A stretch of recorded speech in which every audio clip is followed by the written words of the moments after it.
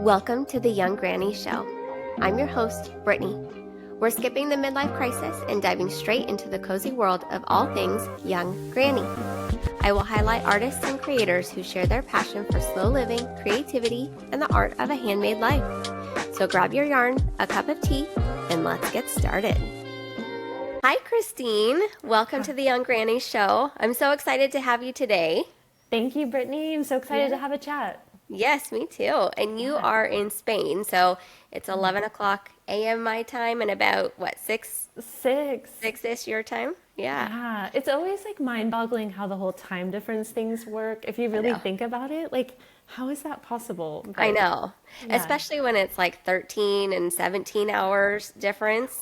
It throws me for a loop every time. Yeah, totally. But I'm so glad we were able to connect. Yeah, me too. Let's see. Tell me what is in your comfort cup today. Oh, yeah. So it's because it's not morning time. Normally, my favorite cup is coffee. Yeah. But today I just made a little iced tea and I put 2 big ice cubes in it so it's nice and cold, and a straw, which is always kind of special for me, just to have a straw, and my little coaster. Oh, With that's so cute. my 9 patch. I made this when I was with my mom. She has a long arm, and so I made a little coaster. So That's so cute. thanks. It's like a tiny little quilt. It is. It literally is a tiny quilt. How cute. Amazing. Well, you have a background in fashion and in sewing. And from what I understand, you got started sewing when you were really young. So tell us, how did you get started sewing? Who introduced you? And where did that take you? Yeah. So I started sewing when I was 5. Wow. And my mom, I don't even remember, but my mom said that I was literally like begging her to let me use the sewing machine. Yeah. She sewed, she does a lot of quilting, but she was kind of afraid to let me use the machine because I was so little. Yeah. But I think I just got so annoying that she was like, finally gave in. And I never stopped sewing from then. Like, I've always sewn. So it started with like Cabbage Patch doll clothes, and then, eventually started making my own. And that led me to a full career in fashion. Yeah. Because, it ignited a lifelong love of clothes, and I knew how clothes were constructed. Like, I knew enough so that it kind of gave me a leg into the fashion industry, just having that understanding of like clothing construction. My career in fashion took me from Seattle, where I'm from, to Los Angeles, and then to New York, just working for different brands. And it was really fun. It was everything that I wanted to do. And then I got really burnt out. So that's kind of how it went. Yeah. Yeah. That's amazing. What kinds of things did you do when you were working for these brands? Yeah, so I literally started on the sales floor at Nordstrom. So I was from Seattle. Nordstrom is like their backyard is Seattle. Yeah. And from there, I moved to a standalone boutique with Escada, like an old brand, Escada. And from there, I was doing operations. So I was in the basement packing boxes, receiving shipments, and like just doing all the operational stuff. Yeah.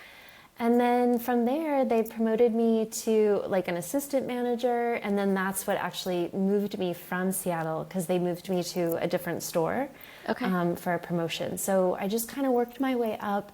And eventually, I think where I really landed was in the management of the actual stores. Yeah. So hiring, training, working with customers, clients, doing merchandising of the store.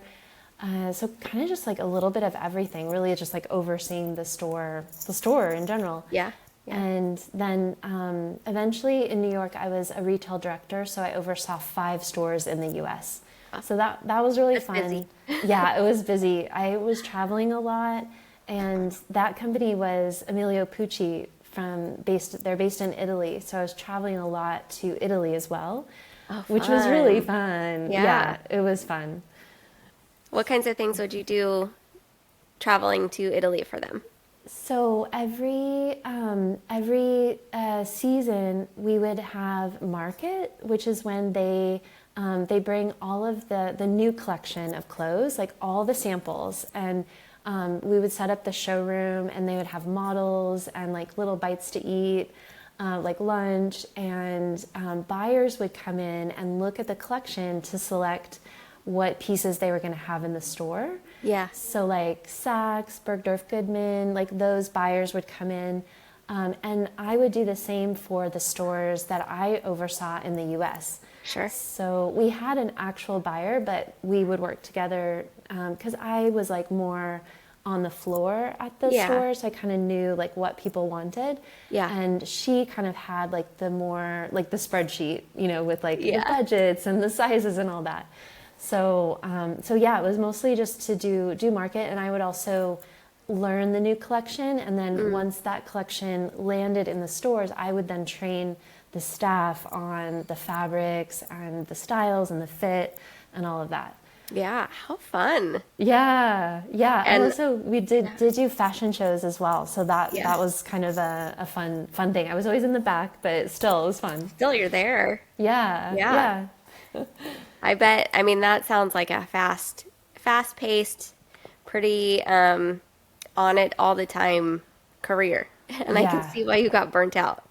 Yeah, I mean, like fashion, a lot of people, you know, we see it from the outside, and I see it now because I'm removed from it more. Like, oh, it's so glamorous, it was so fun, but the day-to-day is really like you've got to beat last year's numbers. Like, if there's so many things like that come into play that are really, really stressful.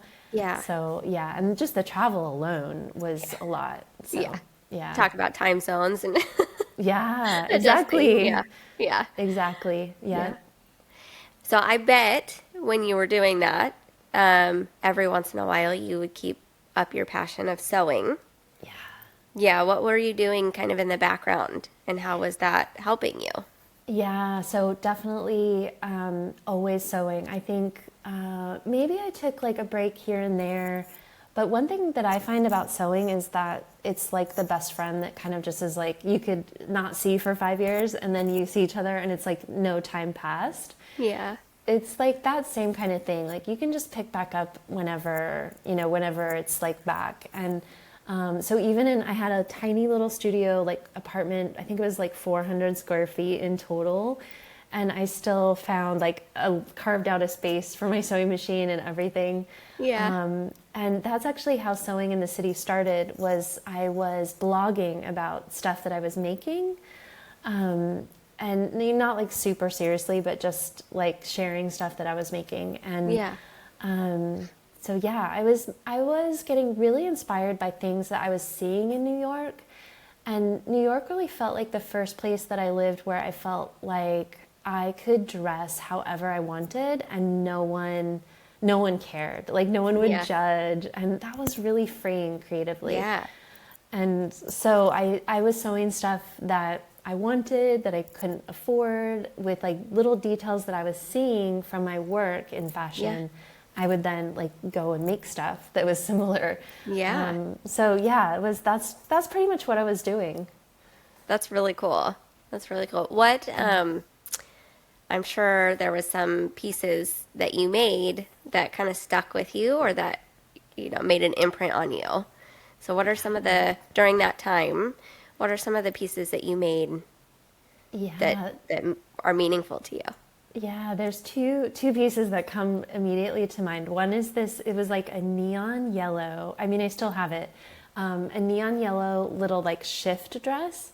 Yeah. And I did this really beautiful wide top stitching along, it like had almost like a princess seaming. It was a vintage pattern. So, and I used like a really wide top stitch. That was something I had seen in Emilio Pucci design, like just that wider, as opposed to just like following the seam. I did it further out. Yeah. And it just was like a little detail. And I wore that to Italy when I went just with a friend. Yeah. And so that was really fun. And then I got into doing like lingerie. So I started playing with like laces. Nice. And so I'd make just like little lounge sets and a really cool robe. So yeah, I was definitely, I was exploring a little bit more, Yeah. like what could I make and what would I want, and exploring like quality and that kind of thing. I think was really like the moment of kind of expanding that in my journey. Yeah. Yeah. When I think about, people making their own clothes, I just realized with you saying that, what I'm exposed to in terms of fabrics is like what you would, well, now used to get at Joann's and Hobby Lobby, which is very different quality wise than Yeah. I'm sure what is actually available. Yeah. And so those would feel very different, I'm sure. So where would you find fabrics that you would want to use? To use, well, in New York, I would go to Mood a lot, and then there's now it's like the name is escaping me, a little store. I think it's, oh, I can't remember the name of it, but they had like all these really beautiful laces. And so that was my routine, was I would go to Mood and then I would go around the corner to this little lace shop. Yeah. And so, yeah, Mood now, I've been back since, and I think on a non-corporate salary, for me, Mood is really expensive. Yeah. And so I think one of the things that I love about sewing is kind of that thrill of the hunt for fabric that looks expensive or just innately is quality, because it's like cotton or linen or silk or something like that. Maybe the color has a certain something to it or something like that, but it's not going to break the bank. For me, that I'm always on the hunt for like that type of fabric. Yeah. And you could find it at, RIP Joann's sometimes, and Holly Lobby as well. Like you can find, I found certain prints that they have. Also, like sometimes I'll find like a good knit there. So yeah, there's ways to find good fabrics. I think you just kind of have to like either dig a little or look with a different perspective. Yeah. And also now, like I do a lot of upcycling. So I'll find things like actual clothes at the thrift store that are like a men's shirt, for example. Sure. They're really beautiful, like nice high quality cottons, and they're super cheap. And normally, you have enough to do something, and you can combine more than one together to get all your pieces cut out. So yeah, I think that there are ways to sew on a budget. Yeah. Yeah. Yeah. So that is a big part of what your platform is today, is upcycling. How did you get started with that? So you were blogging as you were in the corporate world. You were blogging with the Sewing in the City, kind of showing what you were doing. Is that kind of when you started doing that, or was it even before when you were younger? Yeah, upcycling really came, I think, around like 2020, actually. Okay. I think I always, like, I think every sewist kind of has that, we look for like creative things, Yeah. But I think the first time I had a Gap dress that was in my donation pile, and the fabric was really, really like good quality. It was nice. And but there was just something kind of boring about the dress. I was just kind of done with it. Yeah. And I ended up cutting off the sleeves and adding a really colorful. I had a half yard remnant of a really colorful fabric, and I ended up putting puffed sleeves on the dress. Yeah. And it totally changed it. And from then I loved it again. Yeah. And that was the first time I think that I really did like a full upcycle. And from then on, I started kind of looking at things a little bit differently, and looking to find fabrics that were a little bit outside of the norm. Yeah. Yeah. What are some things that you have created that really stick with you?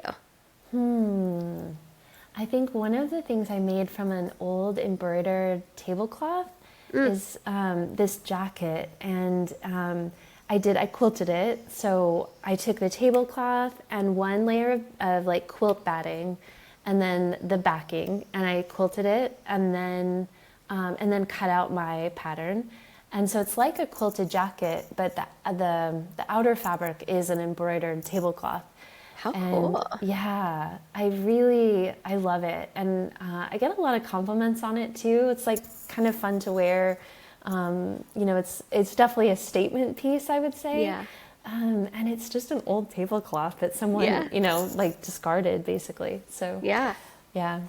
That's super fun. Yeah. Yeah. Yeah. I just switched out my wardrobe. Like I only have so much space, so I put like winter stuff under my bed Yeah. in those like little bins. And I just did the switch because it's getting really warm again. So Yeah. it was fun to like go through all, pull out the dresses again that I've made and different blouses and things that I'm like, oh, I forgot I made this, but it's like you're happy to see it again. And so yeah, it's fun. That's awesome. Yeah. That's so fun. I want to see that jacket. Is it you? I'm sure you probably yeah. have it posted on your Yeah, on it your was, social. Yeah. I think I made it like maybe, gosh, almost a year ago now, or maybe 9 months ago in the fall. Yeah. It's red and white. So Okay. yeah, it's on there somewhere. I'm gonna have to go look for that. That sounds so fun. It's a good one. Yeah. So in 2020-ish, you got you kind of had a creative spark, Yeah. and you started this upcycling. Did you already have were you still blogging at the time? Yeah, so when I left my corporate career and I moved from New York City, and I took a little bit of a break, and then I wasn't really sure exactly what I was going to do, but because I had done blogging and I was familiar with building websites, and so I was starting to do work online for people, like building sites and helping them with build courses and things that were just really starting to take off around 2018, 2019. And so from there, I started realizing that I could sell things online, and because I was helping all these other people do it from the tech part. Yeah. And so I decided to start doing sewing in the city more seriously. So I started with a Learn to Sew course. So I built out the course and then started making sewing patterns as well. And so the upcycling kind of came through that process of just starting to like post content more consistently. And I think like there was at some point where I made the decision to really like actively build it as opposed to, just more as like a hobby. Yeah. Yeah. So, Yeah. So when you were first creating that Learn to Sew course, Yeah. what was that process like? Well, I started first like building, kind of gathering an audience. So I knew that I wanted to launch the course. I knew I wanted to find people that wanted to sew. Yeah. And so that was really the first thing. I started like posting on socials, and I created a style guide for sewists that people could download. And so I just started building an email list and building socials. I was already on Instagram, but I think I just started actively just doing it with more intention, I think. Yeah. And so then it was the pandemic, and so everything got delayed a little bit. But then I launched the course, and I had an amazing group of women that joined, and that just really started it off. It was great when it kind of took it from blog to okay, this is something that I can do as at least like a side hustle. Yeah. So, Yeah. yeah. How fun. Yeah. Yeah. I'm gonna have to look at that at that course. It is in my bucket list to learn how to sew. For some reason, it feels so intimidating to me. Really? Yeah, it does. I don't know I don't know what it is. I think just the terminology is so different, and all the pieces and how it all works. I think maybe, I don't know. So I'm going to have to check that out because it sounds like it's what I need. Yeah. Well, do you have a sewing machine yet? I don't. Okay. I'm finished. I'm building out my craft room office space, and I'll have some space to put a sewing machine in there. Oh, So it is something I want to do, but yeah. there's always been something that's stopped me, and I don't know what it is. And I haven't Yeah. seen many courses that really resonated with me, but Yeah. this one sounds like it may be Yeah. great. Yeah. Yeah. I mean, I think also, like choosing, like you said, the pieces kind of are like scary. And so sometimes like choosing just a pattern with like two pieces, like a skirt that has a front and a back, or a tank top even that has just like a front and a back, can like simplify it, because then there's less seams, and Yeah. it kind of goes together a little bit more, just like you would see it on a hanger. You know, Yeah. like you've got shoulder seams and then a side seam. So I think hopefully it's one of those things that maybe feels intimidating, but then once you do it, you're like, oh, why was I so intimidated? This is like not, it didn't need to be that like big. Yeah. I hope, because Yeah. it makes me sad, because I know that a lot of people find it intimidating, and I want to just like open the door for you of like, Yeah. no, come in. It's like, it's not that hard.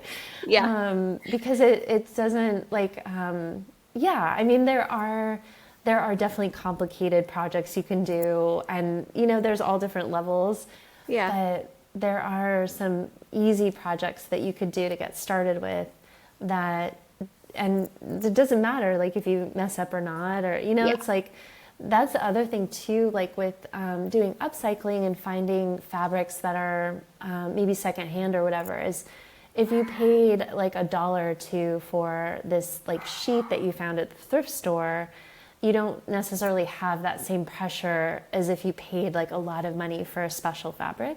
Yeah. And so just kind of like saying like, I paid like a couple dollars for this, I'm just going to try, and you know, just see what happens with it. It's like Yeah. less pressure. That makes sense. That makes Yeah. sense. I think as we're talking about it, specifically thinking about making myself clothes or maybe upcycling some clothes, one of the things that unknowingly has held me back is my body shape. And, you know, things like I have a very hourglass shape and a very short torso. So, Yeah. straight seams and stuff like that, it doesn't really fit my body well. So, you know, thinking about making simple things, it I guess the fear that I have is that I could size it correctly, obviously, but then would it look good? Which is Yeah. probably a large part of, you know, sewing in general is that experimentation, and to not be Yeah. afraid of experimenting. Yeah, yeah, and I think through the process too, like you're so aware of your like your body type, and a lot of people aren't. But through the process of that, you learn, oh, my waist is, I have a short waist, or that kind of thing, and those are all alteration or like pattern adjustments that you can actually make to your pattern before you sew. Okay. Like if you know that you have a short waist, you can actually shorten. Let's say you're making a dress. Yeah. You can measure the pattern versus your body, and you can actually figure out like, oh, I should take away a half of an inch from the length, and that way it's going to fit your body, and like it will be literally made for your body. So there's a lot of things that you can do that would allow you to make garments that are literally made just for your body. Yeah. And I think that's one of the cool things about sewing. Like once you get into it a little bit more, that allow you. Like I have a course called Fit Clinic, and we do just this. We meet on Zoom, so I can help like diagnose like a finished garment, and why is it pooling here, or why Yeah. is it like tight here along the back or whatever. And then I can help diagnose, oh, it's because you have a sloping shoulder. So you need to do a sloping shoulder adjustment to bring it up, and then it won't pull here, or just these little adjustments that you can make. And once you know them, then you can make it on anything you make, and it will fit you. Yeah. Because patterns that we buy at like Joann's are designed for a certain body type. Yep. And like ready to wear. And so sometimes like you may go shopping and everything is like too long in the waist or like tight in the hip or whatever. And same with patterns. They're made for like a body type. And so when you can adjust the pattern to fit your body, like a lot of times I'll do like a bust adjustment, because if a pattern is cut for like a B cup and you're a C cup or a D cup, it's going to be tight through your chest, or too big up here and fit through your chest. And so those are really simple adjustments that you can make then to get the pattern to fit your body. So yeah, I mean, I think in the beginning I would say, make like a t-shirt or sweatshirt or something that doesn't have the fit, just to kind of get grounded in the basic like straight stitch and stuff. Yeah. But then these pattern adjustments are not hard. Like they really are not hard to do. And so that is totally within reach to make personalized fitting garments. That sounds, it sounds like once you understand the mechanics and have a little bit of experience under your belt just by doing it, it sounds kind of like a superpower. Like that must feel really empowering to not only be able to make it fit your body, but then understand other body types as well. Yeah, it's really cool. And through the fit clinic that I do, meeting live on Zoom has been really fun, because I'll have women that they're maybe in their 60s and they just quit sewing for themselves completely, and they've gotten into like doing quilting or sewing for their grandkids because they could never get anything to fit. And then they're just kind of like, I really want to sew my own clothes, and so we can get them to get a pattern, make the adjustments, and get it to fit their body. And that's like, it is kind of a miracle. But at the end of the day, it's really just taking like a piece of fabric and making it like fit your body. So there's not a lot of variables, because both are like fixed. Our bodies don't change that quickly. So I guess I want to say it's like mathematical in some way. And so there's no guessing. It's like it is like a fixed object, and you can use the math skills to just get them to fit together. So yeah. That's awesome. Yeah. How did you come up with the idea for this fit clinic? I had so many people. So I have like an email sequence that goes out, like, and it asks, what's your biggest challenge? And I just started getting so many emails saying I have trouble with fit. And I realized that it was something that not only I was dealing with, but like other people had the problem too. And so, that's where it came from. Just people asking me like, what do I do? Yeah. So. That's really cool. Yeah. I love that you get that feedback and you do something about it.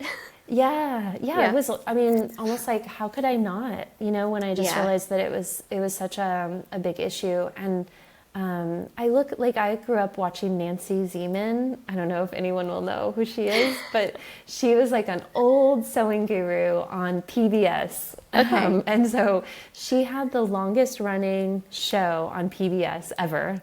I think she was on for like 30 years or something. Wow. Yeah. So I used to watch her, and she talks about fit a lot. Because back in those days, women were sewing their work clothes, like suits and blouses and stuff. And it was much more of like, now we buy a lot of our clothes, but back then, like, women really sewed their wardrobes a lot. Yeah. And so she would talk about fit. And so I kind of went back to that part of me that had studied and learned from her on the television, and just kind of realized, I think we need like to bring this into the modern time. So. Yeah. I think,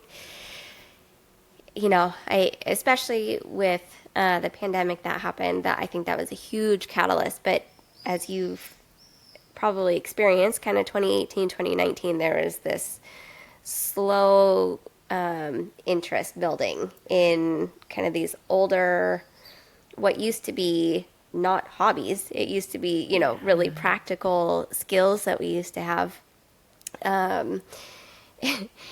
that have gone away that are now more hobbies. There was this, gradual push and interest for people to start picking these things back up again. And then one of the positives that came about globally from the pandemic is people had some time to start exploring and picking these skills back up. And it's interesting to me that these are the skills that people, were interested in, is things like sewing and, the granny hobbies that this whole platform is based off of.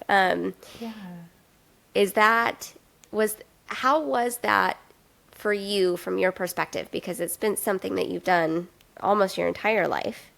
And to see this interest pick up, how was that for you? Yeah, I think it still amazes me every day. Every day, if I open Instagram and see, a lot of like the younger generation that are sewing that I see, and they're doing it, very publicly on Instagram, is exciting. And like when I was in junior high school, sewing was not cool. Yeah. It was I'm thinking back to when I was there too. It was not. It was not cool. No. And so I think it was always something I kind of did in the shadows, or just, luckily I could sew pretty well. So even, maybe people didn't know all the time that I had made something but it was definitely not something that I was proud of to put forward, It was just kind of something that I really, really love to do. So that's really exciting to me that now sewing is cool again. Thank goodness. Thank goodness. Yeah. It's fun. And to see like just the sewing community on Instagram and YouTube too is like so strong and supportive, and growing. And so that is really, really cool to see as well. Yeah, I bet. Yeah. Yeah. I bet it feeds a little bit of your inner child of like, you built these skills kind of in the shadow and now it's cool and exciting. You've built a business out of it that is serving other people and helping them. And that must make the little girl in you really excited and proud. Yeah. I think there was a part of me that, like if the internet had been around when I first was like going into the workforce, I think that like my inner child would have loved to just do what I'm doing now and kind of skip the whole first career. Because I really am doing what I love. And, all those years as a kid, like I would pass summers just sewing, and like stay up late and just to sew. And now, I get to do that for more or less for a living. Like it's taken a long time to get here, but it's really, really cool. Yeah. It's awesome. So far we've talked about the beginning to sew course that you have in your fit course. What other things have you offered and grown in this business? Yeah, so one of the other big things I do is actual sewing patterns. So I think now I have close to 30 different sewing patterns, blouses, jackets, tops, pajamas, lingerie. So pretty much if I want something, I'll develop the pattern and then I sell the pattern. So that's kind of how I design this. If I like it, then I make it and it becomes a pattern. So those are fun because people they can buy them and then you can print them at home, either on like 8.5 by 11 paper, and then you tape the pages all together to form the pattern, or you can get them printed at like a print shop on one big piece of paper. Sure. So So yeah, that's been really fun, and I'm always developing a pattern. Like it takes a couple of months from idea to finished product, so there's always something kind of going on in the background. Yeah. And I like the process of developing a pattern. It's really fun. Yeah. So I design crochet patterns. Ah, yeah. I have no idea what the process would look like. I mean, I can kind of guess what it might look like at a very high level when you're designing a sewing process, but walk us through what your creative process looks like. Yeah, so well, usually I'll have an idea for something. Like I don't know if I do read a lot of magazines. I'm still like old school analog girl that I buy a couple of magazines every month. Yeah. So I am always pulling out pages of things that I like. So I have a lot of those. So some are recent, some are super old, and I just get a lot of inspiration from looking at little details of things. Yeah. And so like now I'm doing a new pajama set. I love doing pajamas. I don't know why, and I think they're really fun to make. So I'm doing a little pajama set now, and yeah, so I'll start kind of have the idea, and then I do a sketch, and then I work with an actual pattern maker. So I can do patterns, but I'll do them like using a draping technique, which is harder. It's a little bit harder to then digitize and kind of grade and all of that. So I have a pattern maker that I work with that actually takes the sketch and makes it into a pattern, and then sends me that. I sample it and then send notes back. And then we do another version, and sometimes that can go back and forth like 5 or 6 times until it's right. And as I'm doing that, I'm writing the sewing instructions, so the booklet, and yeah, then it gets like multiple different testing in different sizes to make sure the grading is correct, and I think that lots of sampling, yeah. Yeah, with crochet, like how do you, because it takes a long time, right? Yeah. So how do you do your samples? Yeah. You just make it. Yeah. You just do it. Just do it. Just do it. You just do it. I'm in the middle of designing a blanket. And so one of the things I am aiming for is to make sure the pattern can be used with whatever yarn is either laying around that person has, or that they really wanted to use but didn't have, a project that they wanted to use it on. So I'm making sure that the pattern can be used on any type of yarn that they want. Oh, cool. And so before I'm writing it down fully and turning it into a digital instruction manual, if you will, I bought a bunch of different yarns and different blends, wool, acrylic, bamboo, all these things, and then different sizes of yarn as well, and matching like the hook size to the size of yarn and all that. So it's just a lot of making. Yeah. And then rip it like you would rip out the seams. It's called frogging in crochet. So you just unravel the yarn. Wow. So you do that a lot because you don't want to waste your yarn. And redo that's so interesting. Yeah. And then a very popular thing to do now with social media is, it's always been a thing, but it's become like a big thing with social media, is once you have your pattern written, then you have a bunch of people test your pattern. Yeah. So they test it out, find all your, I chronically have mathematical errors in mine. And so, they help you figure out all your typos and all of that. So similar, cool. I think, to you going back and forth with your pattern maker. Yeah. Is kind of same ideology of going back and forth with your testers. Yeah. If they keep getting stuck on something, like going back and forth, or if they're using a different yarn, that kind of thing. Yeah, like or even tension, kinks. Right? Like how hard you're pulling the yarn with your working hand, and how you hold your hook. Those will all make a difference in how tight your stitches are. So Interesting. Yeah. yeah, and That's that so can totally cool. change the project, right? So Wow. yeah, Yeah, that's so cool. yeah, Sounds like a very similar process. yeah, Yeah. yeah. Yeah. High level, I think very, very similar. Yeah. Yeah, that's pretty cool. So you, and I like what you said about how you what patterns you design, because I think a lot of people feel that are creative and that have a niche, they feel like they need to stay within that niche. I don't operate that way at all. I operate like Cool. you do. It's Yeah. I have an idea or it's something that I need, um, and that's what I make, right? I Yeah. haven't limited myself to just stuffed animals or just blankets or just household items or decor.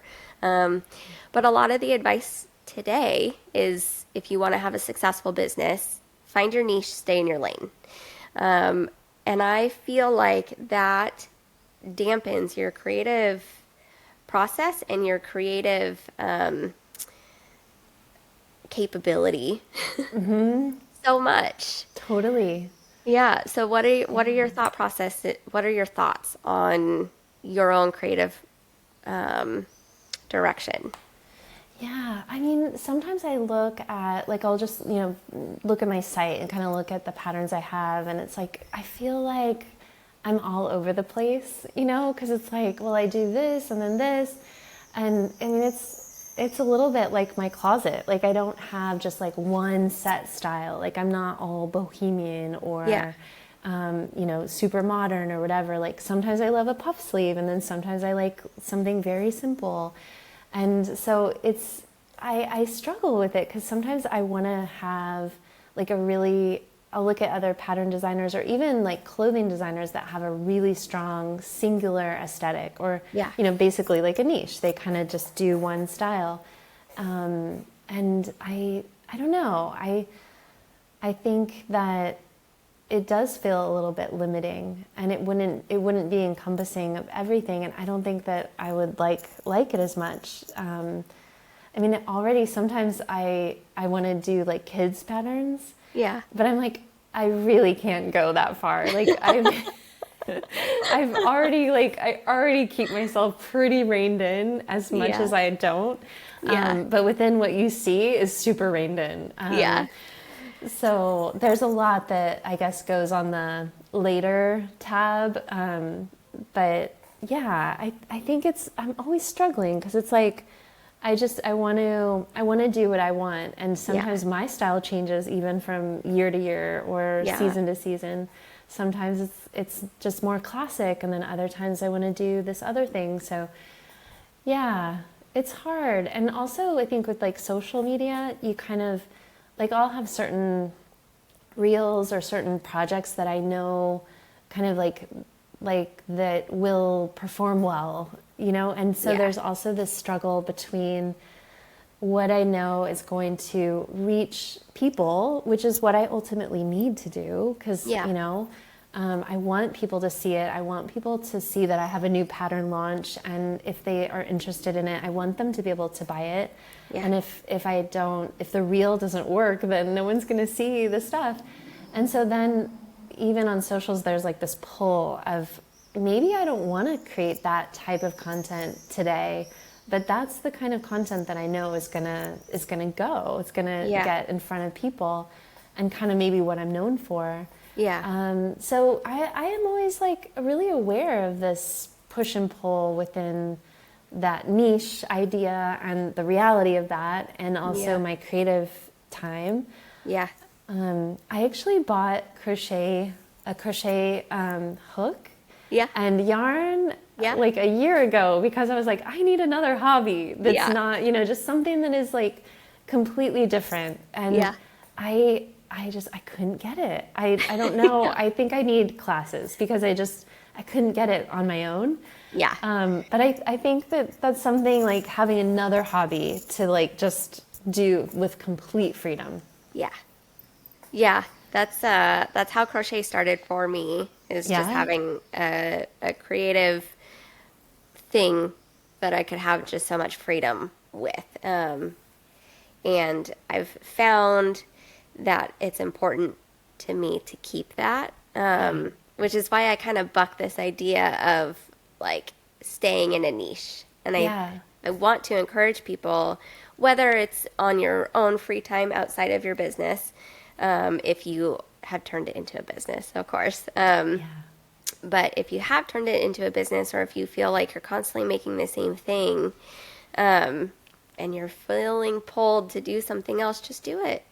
There's nothing bad is going to happen, except you're going to light up your brain and you're going to feel fulfilled. So I love to hear that you allow yourself this ebb and flow of the creativity, but then also, it is a business for you. So there's some things that you just need to do. Do you find that, I have found, so I'm curious to see if you have found that allowing yourself to create what you want to create then makes space sometimes for you to do the necessary, like, I know this is going to get views, I know it's going to get eyes on what I'm doing. And so you feel a little bit more motivated at times to do that thing because you have the comfort of knowing I have so much freedom everywhere else. Yeah, that it's such an interesting point, because I think that happens in other areas too. It's like, maybe there's a certain thing, like writing instructions for me is kind of a slog. Like it's the thing that I will just like, I have to write those instructions. But it's like, that's just one little part of the whole thing that allows me to do what I love, So I think that there is that balance. And I don't know if I've ever found something that there's not one part of it that I kind of don't love the most, Yeah. So, I think there's, always kind of, and also the pressure of time too, I think is a big one for my creativity. Yeah. Like this pattern that I'm working on, I was like, there's still, this week is like my air conditioner broke and so it's like really hot. And I was like, I'm going to push it like a week off, just push it down a little bit so I have a little bit more time. And, I'm thinking of new things that I can do with a sample that would be fun to show, like what you can do with it. And so I just gave myself a little bit more time. Like, what's the worst that's going to happen, Yeah. And that way it's like, there's more space and it's not like a have to. It's like, okay, I have this big container of wide open space and, that feels more expansive, more creative. Yeah. Isn't that funny that we put these arbitrary timestamps on ourselves? Yeah. I'm constantly finding with my crochet stuff that I do that to myself. Yeah. And it's so arbitrary, right? For me personally, in this season of life, I'm a stay-at-home mom. That's my number one. And I homeschool, and my husband travels a lot, so a lot of the household stuff is on me. And then secondarily, I run a crochet business. That often I put these, in designing, I put this, realistically, it's a goal. But in my brain, it's a time, a date, a deadline of like, I want to, have this step finished then and, have it go live for people to purchase at this date. And it's all arbitrary, but we stress out so much, and but I know. We don't need to do that. And so the reminder that we can always push it.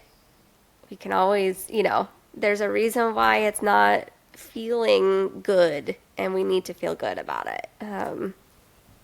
It's so funny. And the more I talk to people, we all do this to ourselves, but we do it in quiet. So I love that you kind of self-governed yourself that way of like, wait a second, I can push this back. I don't need to stress about it. The joy doesn't need to be taken out. I can keep the joy and push it back and still get it done. Totally. Yeah. And I think also, like no one knows that if it's pushed back a week or whatever, it's like, nobody's going to know. Yeah. So yeah, I think that is one of the benefits of doing what we do. You know, like we don't get paychecks. You know, it's like there's trade-offs. So we don't necessarily have to go to a 9 to 5, and we don't have like a steady paycheck coming. We get other benefits, and like we have to take those benefits when we can, I think. Yeah. So. Yeah, absolutely. Yeah. So sewing has been a constant for you in your life. How has it benefited you? Oh gosh, a lot of different ways. I mean, I think even as a kid, as a maybe like teenager, young, before I could drive, I think it gave me a focus. It gave me something that I really loved and, would do on summer vacation. Like I was excited to stay home and sew, which just sounds so, but that's really what I liked to do. And I think because I was doing that, then my time was filled with something I was really excited about and creating, as opposed to maybe doing something else. Like who knows, So I think it really kept me focused, kept me busy during that time, kept me learning, experimenting. During that teen years, I was like experimenting with denim, with French sewing, with tailoring. So I was really like learning a lot. And then I think, obviously it brought me to my whole first career. So allowed me to build a career that I supported myself all through my 20s, 30s with that career, which was really great. And I got to experience different parts of the country and world even through that.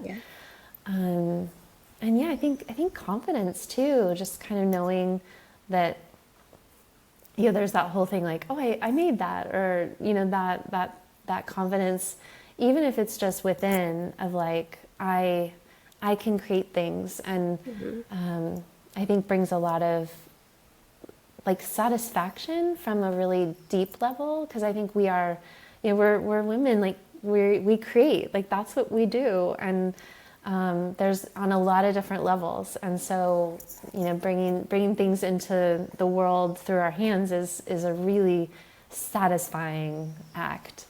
Yeah. So, I agree. And I think that was lost for a little while. And now there's this resurgence of that, and it is so satisfying. No matter what the medium is, making something with your hands is so. You're right. There's such a deep satisfaction to that you're satisfied with yourself. Yeah, exactly. Yeah. You're not, it's not an extrinsic, somebody's telling you that they like it. That just, that just blows the roof off when you are proud of it, when you like it, and then somebody else compliments it. You're like, oh yeah, this is the best thing ever. But you don't actually need that. And that's, I think that's what you were saying. And that really resonates with me. Yeah. And I'm thinking about, gardening and baking bread and, just the satisfaction of starting something from scratch. Putting the pieces together with your hands and then forming it into something new. And for you in sewing, whether that's upcycling something or just having a blank canvas of fabric, that's probably what that feeling is from blank to something brand new. To something, absolutely. Yeah. And it's less transactional too. Like a lot of things that we do, I feel like are just, you buy a dress or you buy something, and it gives you a little bit of a deeper connection with what you're wearing too, which I think is something that has been lost throughout the years too with fast fashion. It's like, we have so many clothes and so many options that it's easier to just say next season, oh, I'm going to donate these shorts, or I'm going to, donate this, as opposed to like, oh, these are my shorts that I wear every year. They're this, like, I don't know. I think there's something in our connection with our clothes that has just been diluted a little bit. Yeah, that had never occurred to me because I've never sewn and made Yeah. my own things. And I'm thinking about my closet, and that's so true. And that makes me a little sad. Oh, yeah. But I think also, even the clothes that we have, even if we bought them, just I think it's like a little bit of more of a mindset shift of Yeah. just like, oh, I I wore this then, or Yeah. this is my favorite because of this, and kind of giving a little bit of appreciation for our clothes. Yeah. I think can then start that Yeah. chain. Yeah. So Yeah. And yeah, I think it extends past just fashion, but into pretty much anything that we buy for our yeah, home. I know I've experienced that, making blankets and making,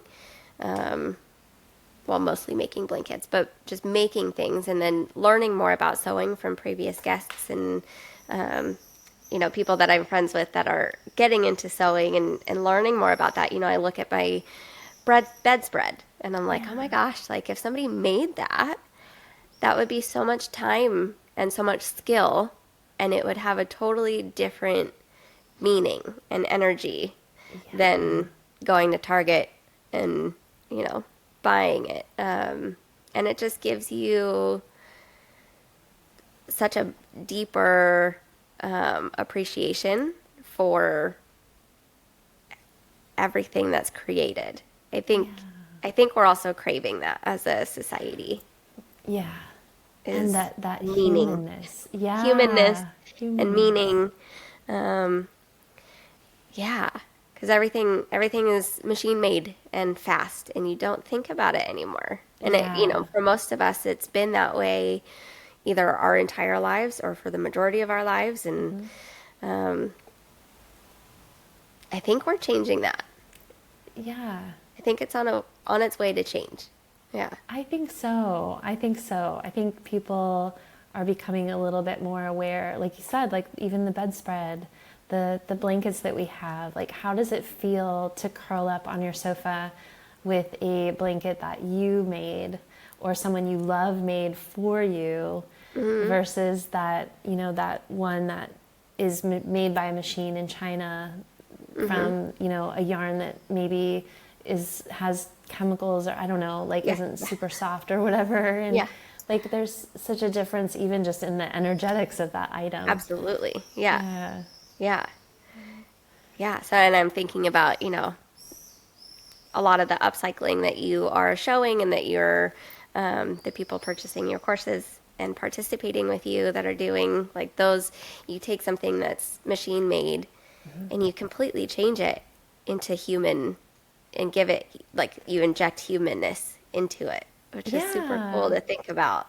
And that yeah, completely changes the energetics and how it feels wearing it and the message that it's giving out.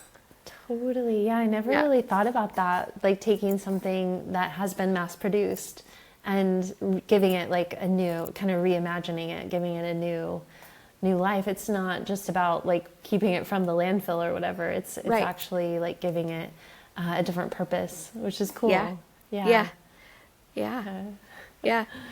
Um, so thinking about what you've done and where you're going, I'm sure you have some ideas of what you want to do. You mentioned designing kids' patterns is something that you want to explore sometime. yeah. Um, so what do you have going on in your brain? What's exciting to you? What's lighting you up Yeah, for things to well, come? yeah, definitely the kids' patterns. I don't know what it is.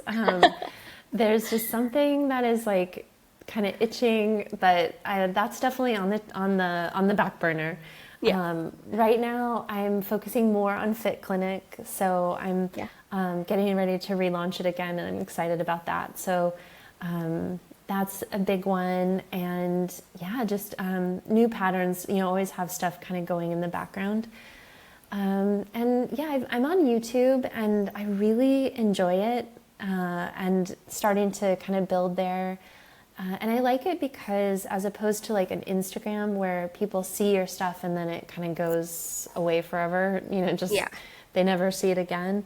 YouTube is like almost like a library. And so people can see all your content, and I just feel like stuff lives a little bit. It definitely lives longer. Like people have been watching videos that I made a couple years ago still. Yeah. And so I think there's just something that feels a little bit more, just like a little bit more of a fit for me on YouTube. And so just trying to focus on doing a little bit more there, even though it's time consuming to film and all of that. But I think I like that platform. I like showing up on YouTube.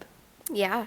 Yeah. I am exploring a little bit of YouTube recently and thinking about, you know, filming what I'm doing and stuff. I'm curious to know,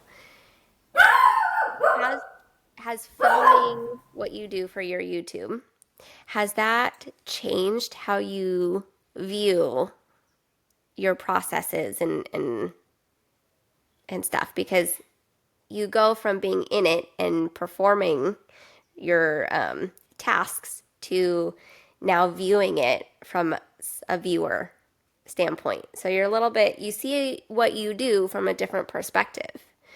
So how has that, if it has that changed at all for you looking at what you do? Does that make sense? Such a good question. Such a good question. Oh my gosh. Yeah. Well, sometimes I'm like, who am I talking to on YouTube? It's like, it's so weird because you film and it's just you and your camera. Yeah. And then people watch it. It's still kind of, if I think about that too much, I won't film. I'll get too nervous. But, I think there's, I think that there's definitely like a certain part of me that comes out when I'm filming, as opposed to like, I don't know, when I'm just hanging out by myself, I guess. It does feel a little bit like a different, it's me, but it's just like you, but it's just a different side of you. Yeah. I think also like coming up with ideas that would be exciting is something that I'm still getting the hang of. I do like really super technical, like how to do this type of video, and then I'll do like more kind of vlogs. Yeah. But I'm still like trying to figure out like what is kind of the content in the middle of that, because I watch a lot of YouTube, and some of the creators that I follow kind of do these really interesting kind of fusions of how to with vlog, and they're really entertaining and fun to tune into. So it's evolving. As it should. You evolve as a person with experiences that you take on and have, and I think that's one really interesting and endearing thing about YouTube is that you can go back, as you said, it's a library, it's a time capsule, if you will, that, you know, you can see this person's evolution, and it humanizes them, I think, especially, you know, as they keep going and they get better and they purchase new equipment and new lighting, you know, all fancy, and then you can go back to their first videos. And it humanizes the process, and it, you know, I really appreciate that about YouTube, because and I feel like as a consumer, you're more willing to watch those videos and consume that content versus like an Instagram. Instagram, you know, you'd have to scroll way back, and nobody's doing that. No one does that. Nobody does that. So they meet you where you are at that time. Right. But YouTube, they can kind of explore as they want to. I think it's a really special platform in that sense. Yeah. The algorithm too will serve up stuff. Like I've like if I research a certain topic, then I'll get more videos in my feed, and some of them are like 5 years old, 7 years old. And it's, you know, like on health topics and stuff. And So it's really like the lifespan is so long. Yeah. So that's really, I like that. It feels like less burnout than Yeah. Instagram, where it's just you see it once and then it's kind of, it lives there, but it's like not coming back. Like Right. it's not being Yeah. served up to anyone anymore. Yeah. So, Yeah. yeah. Yeah. That's I look awesome. back, I have some old videos and I look back and I'm just like, oh my God, this, I Yeah. had this really bad, back in even just a couple years ago, the longer intros were popular, and then Yeah. all of a sudden, like you didn't have a long intro anymore, and so and just like, oh, the music is so bad, but Yep. Yep. so evolution, at least people can see it. Yes. Yeah. Yeah. And I think that's important, in today's like fast world where you see snippets, and then you form this story about that person just around this tiny little piece of information that you've been served. I think it's important to be able to have the ability to go back and kind of put yourself in check and form a more realistic story of that person. By being able to go back and look at their previous content. Totally. Yeah, yeah. So it sounds like pretty soon you are relaunching the Fit Clinic, and more to come on YouTube. Yeah. And you're currently working on a pajama pattern. Yep, exactly. Yeah, you've got my to-do list. Awesome. Is there anything else that you would like to have listeners who may not know about you? Is there anything else that you would like them to know about? Any other courses that you offer? Any other platforms that you're on?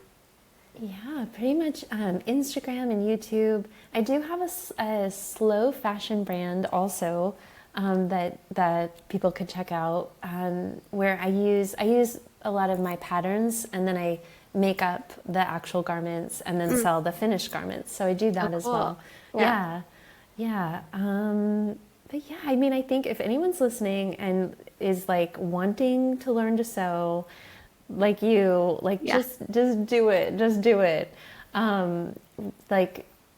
Just reach out to me, even DM me on Instagram if you need help getting started.